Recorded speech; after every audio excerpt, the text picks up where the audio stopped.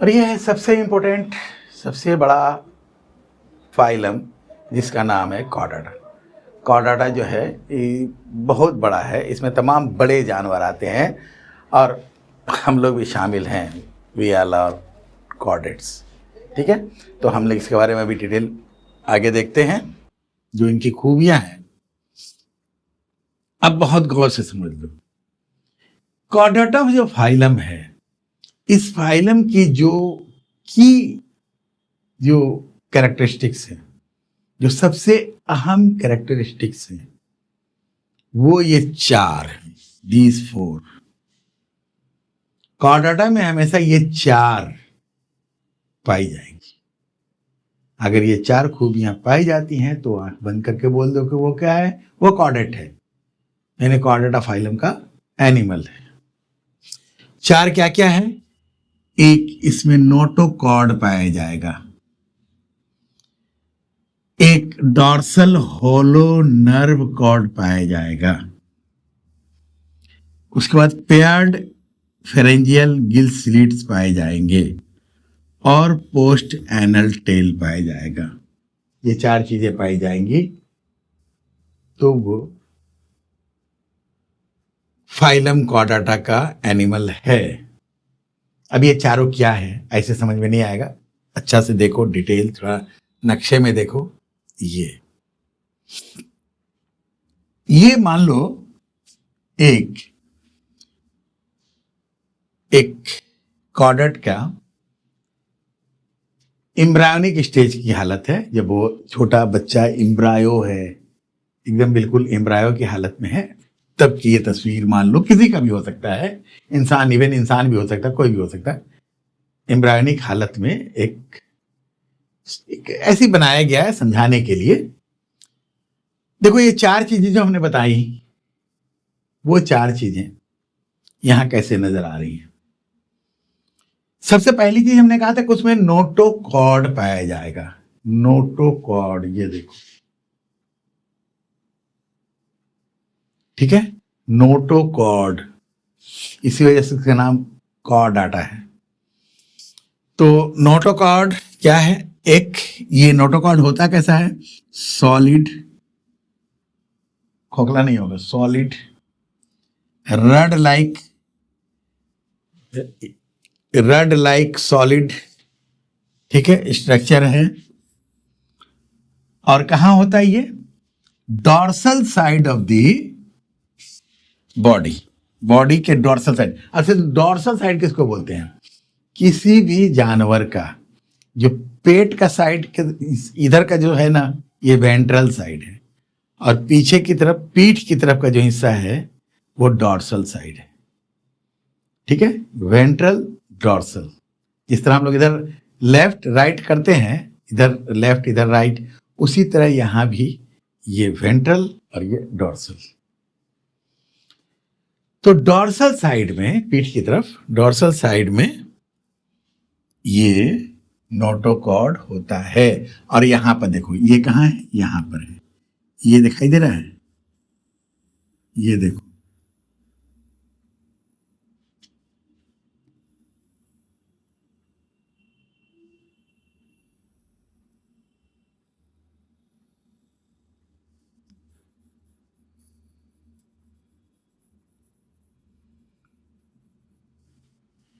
ये है नोटोकॉर्ड।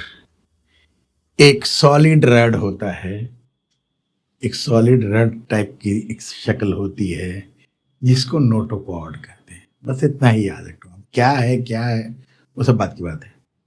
ये हर कॉर्डाटा में एम्ब्रायोनिक स्टेज में तो कम से कम जरूर पाया जाएगा। तो ये नोटोकॉर्ड होता है। नोटोकॉर्ड होगा तभी वो कॉर्डाटा फाइलम का एनिमल माना जाएगा। तो पहली चीज हो गई ये नोटोकॉर्ड, ठीक है, समझा रहे? ये नोटोकॉर्ड है। उसके ऊपर में नोटोकॉर्ड के ऊपर ये जो पीले रंग से दिखाया गया है, ये जो है, ये डॉर्सल होलो नर्व कॉर्ड है। पहले नोटोकॉर्ड होगा, उसके ऊपर डॉर्सल होलो नर्व कॉर्ड होगा।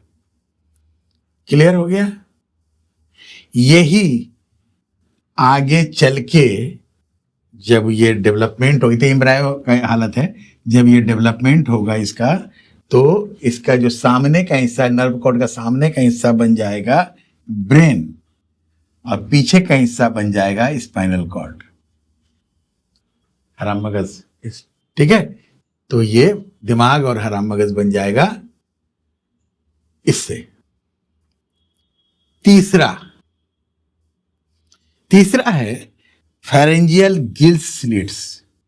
ये देखो, फेरिंग्स के हिस्से में ये माउथ है, ये फेरिंग्स है, और फेरिंग्स में ये ऐसे ऐसे ये सुराख पाए जाते हैं, लंबे लंबे सुराख, और ये पेयर्ड होते हैं। पेयर्ड माने इस साइड भी है, इस साइड भी है, दोनों साइड में। तो ये पेयर्ड फेरेंजियल गिल स्लिट्स ये पाए जाते हैं। इस तरह गलफड़े होते हैं मछली के, उसी तरह ये भी फेरेंजियल गिल स्लिट्स सांस लेने के काम में आते हैं। ठीक है, तो ये होते हैं। अब ये जो लोअर कॉर्डेट्स हैं उनमें सारी जिंदगी ये रह जाते हैं, और जो बड़े कॉर्डेट्स हैं उनमें एम्ब्रायोनिक स्टेज में तो होते हैं, आगे चल के ये खत्म हो जाते हैं। यानी हम लोगों में कभी गिल्स थे, लेकिन आगे चल के वो खत्म हो गए, अब नहीं है। ठीक है, तो बड़े जानदारों में इस तरह से गिल स्लिट्स होते हैं एम्ब्रायोनिक स्टेज में, आगे चल के खत्म हो जाते हैं। लेकिन कुछ जानदार जैसे मछलियां हैं, अब वहां गिल्स उनके रह गए, तो ये होल लाइफ रह जाते हैं। तो फेरेंजियल गिल स्लिट्स हो गया।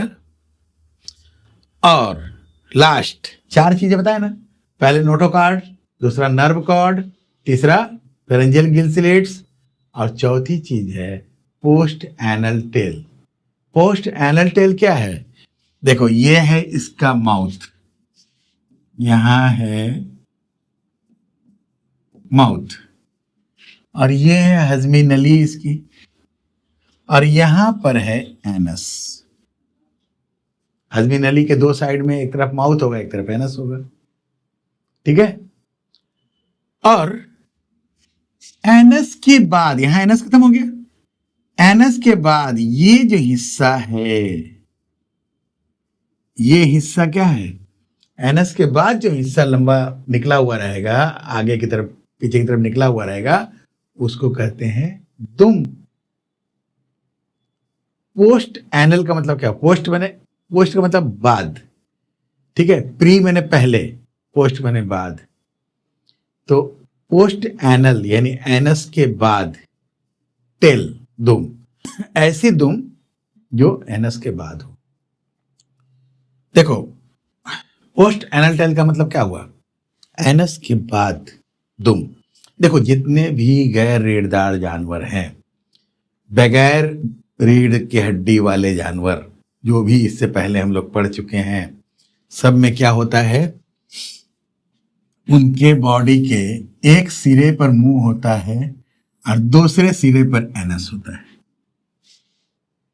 ठीक है, एक सिरे पर मुंह, दूसरे सिरे पर एनस।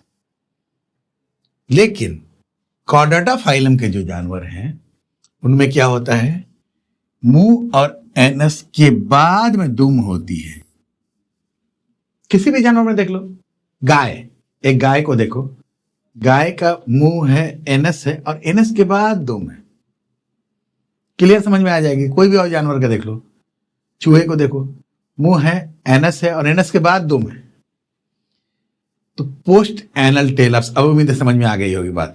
ठीक है, इन सब जानवरों को देखो, सबका तुमको वही समझ में आएगा कि एनस के बाद थोड़ा सा कुछ भी दुम निकला हुआ है। और खासतौर से एम्ब्रायो स्टेज में तो पूरा बाकायदा होता है, बाद के स्टेज में जाके थोड़ा कम हो जाए अलग बात है। ठीक है, इंसान में दुम नहीं होती है, लेकिन दुम एम्ब्रायो स्टेज में होती है। और ऐसा होता है कि कुछ बच्चे दुम के साथ भी पैदा होते हैं इंसानों के। बहरहाल वो बात की बात है। तो ये समझ में आ गया कि कॉर्डाटा फाइलम में ये 4 खूबियां पाई जाएंगी। नोटोकॉर्ड पाया जाएगा, नर्व कॉर्ड पाया जाएगा, फेरेंजियल गिल स्लिट्स होंगे और पोस्ट एनल टेल होगा। ये 4 खूबियां। इसके अलावा और भी खूबियां होती हैं, बायलेटरली सिमेट्रिकल होते हैं। बायलेटरल बताया ना, यहां से देखो जितना इधर जैसा है इधर भी वैसा है, दोनों साइड एक तरह का। किसी भी उस तरह का जानवर कोई भी ले लो, एक घोड़ा है उसको बीचों बीच ऐसे देखोगे तो घोड़ा का इधर जैसा है इधर भी ऐसा है, ठीक है। एक कुत्ता है, कुत्ते को बिल्कुल सामने से देखोगे तो इस साइड दायां साइड बायां साइड बिल्कुल एक तरह का होगा।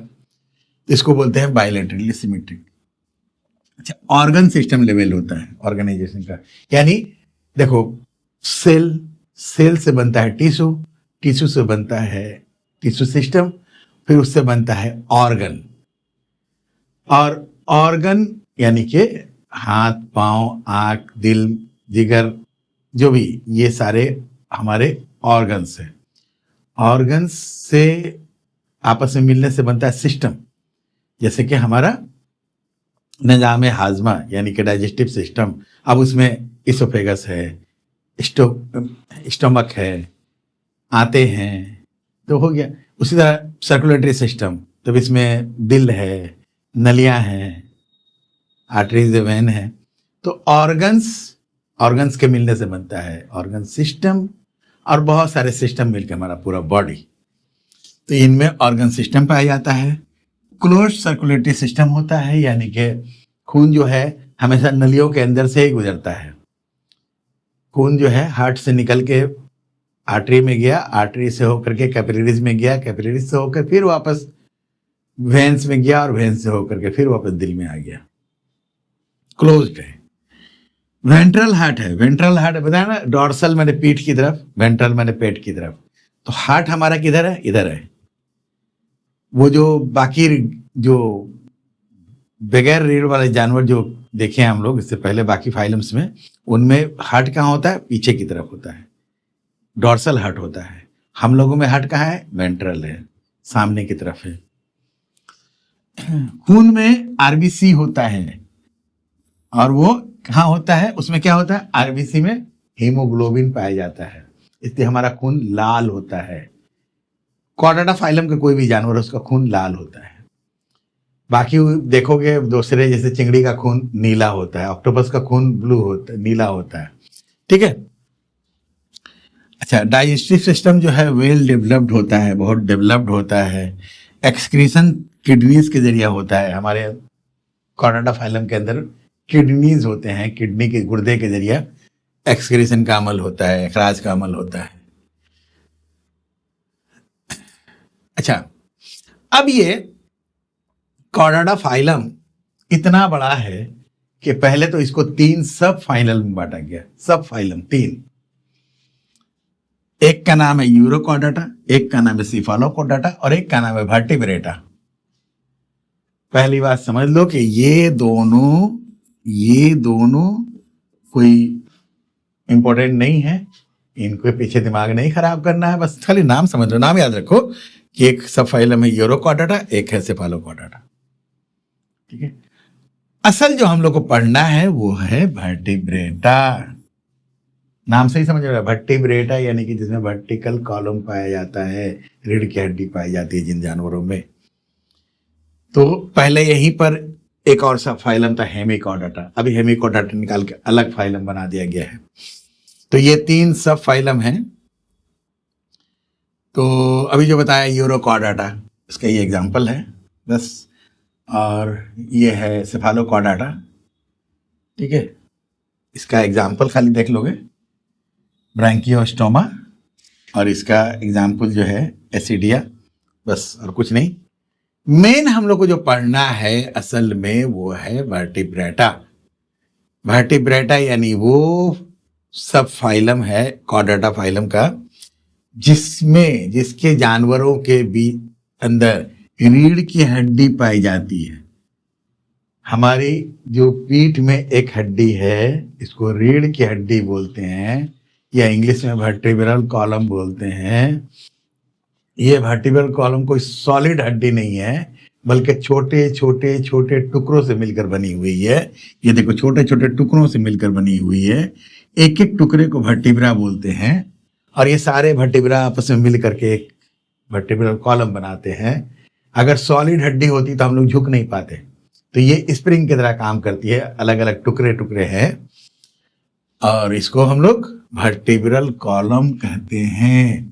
तो जितने भी जानवर हैं वर्टिब्रा मैंने वर्टिब्रेटा जो सब फाइलम में, सब के अंदर रीढ़ की हड्डी पाई जाती है, वर्टिब्रल कॉलम पाया जाता है।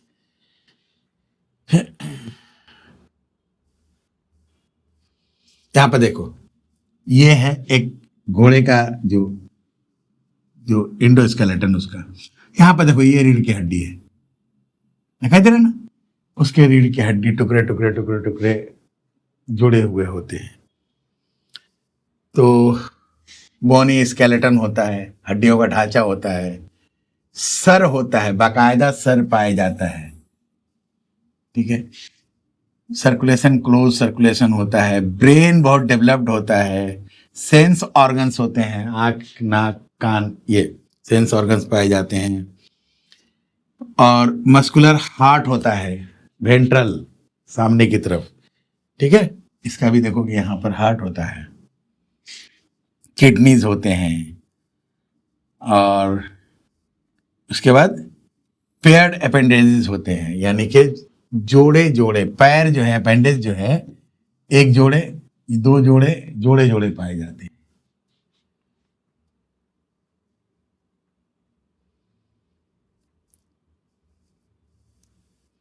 अब वर्टिब्रेटा जो सब फाइलम है, इसको आगे अब 5 क्लास में बांटा गया है। There are 5 classes. अब ये आखिरी चल रहा है, 5 क्लासों में बांटा गया है। और ये क्लासेस कौन से हैं? पिसेस, एम्फीबिया, रेप्टिलिया, एविज और मैमेलिया, ठीक है। तो पिसेस यानी कि मछलियां,